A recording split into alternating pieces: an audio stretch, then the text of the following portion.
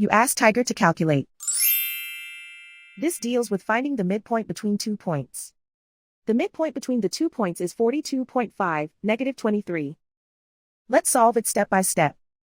Plot the 2 points and calculate the midpoint using the formula. The coordinates of point 1 are, x1 equals 31, y1 equals negative 60. The coordinates of point 2 are, x2 equals 54, y2 equals 14. PM represents the midpoint of the 2 points.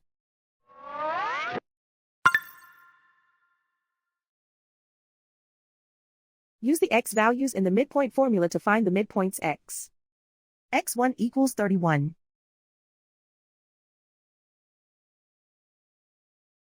x2 equals 54.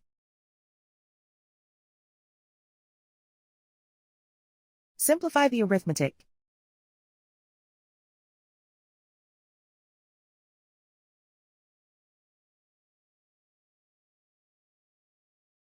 Use the y values in the midpoint formula to find the midpoints y.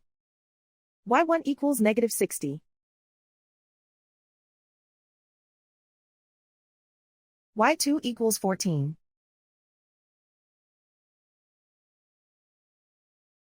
Simplify the arithmetic.